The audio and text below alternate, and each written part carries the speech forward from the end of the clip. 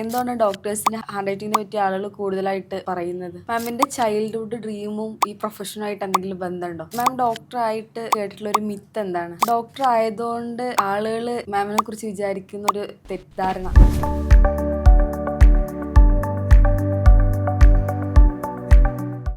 മാമിന്റെ hospital duty കഴിഞ്ഞിട്ട് ഫസ്റ്റത്തെ ആക്ടിവിറ്റി എന്താണ്? വീട്ടിൽ വന്നു കഴിഞ്ഞാൽ പിന്നെ ബാഗൊക്കെ അവിടെ മാറ്റി ഒന്ന് കുറച്ച് നേരം കിടക്കുക, അതാണ് ചെയ്യാറ്. മാം ഏറ്റവും കൂടുതൽ ഫോണിൽ ഉപയോഗിക്കുന്ന ആപ്പ് ഏതാണ്? യൂട്യൂബ്.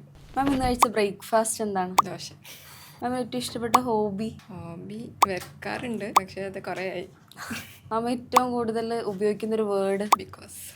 മാമിന്റെ ചൈൽഡ്ഹുഡ് ഡ്രീമും ഈ പ്രൊഫഷനുമായിട്ട് എന്തെങ്കിലും ബന്ധമുണ്ടോ? ചൈൽഡ്ഹുഡ് ഡ്രീം സയൻറ്റിസ്റ്റ് ആയിരുന്നു. അതിന് പുതിയതായിട്ട് കാര്യങ്ങൾ കണ്ടെത്താനായിരുന്നു നല്ല ഇഷ്ടം. മാം ഏറ്റവും കൂടുതൽ റിവൈൻഡ് ചെയ്ത് ജീവിക്കാൻ ആഗ്രഹിക്കുന്ന കാലഘട്ടം? ഒരു 8 ഇയേഴ്സിന് താഴെ. എന്തുകൊണ്ടാണ്? ഒന്ന്, ഒരു റെസ്പോൺസിബിലിറ്റി ഇല്ല, ഒന്നും അറിയണ്ട, എന്ത് ചെയ്താലും ആരൊന്നും ചോദിക്കില്ല, ഒന്നും പറയില്ല.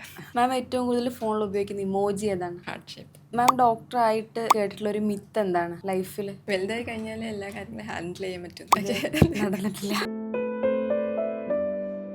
മൾട്ടി ടാസ്കിങ് കുറച്ച് ബുദ്ധിമുട്ട്. ഡോക്ടർ ആയതുകൊണ്ട് ആളുകൾ മാമിനെ കുറിച്ച് വിചാരിക്കുന്ന ഒരു തെറ്റിദ്ധാരണ. നമ്മൾ ഫുൾ ടൈം അവൈലബിൾ ആവും. നമുക്ക് ഹോസ്പിറ്റലിൽ ഇല്ലാത്ത ഒരു ജീവിതമുണ്ട് വീട്ടിൽ ഫാമിലി ആയിട്ട്. എന്താണ് ഡോക്ടേഴ്സിന്റെ ഹാൻഡ് റൈറ്റിങ്ങിനെ പറ്റി ആളുകൾ കൂടുതലായിട്ട് പറയുന്നത്? സ്പീഡിൽ എഴുതി ചിലപ്പം ആദ്യമൊക്കെ നല്ല ഹാൻഡ് റൈറ്റിംഗ് ആയിരിക്കും, സ്പീഡിൽ എഴുതി അങ്ങനെ ആയതായിരിക്കാം.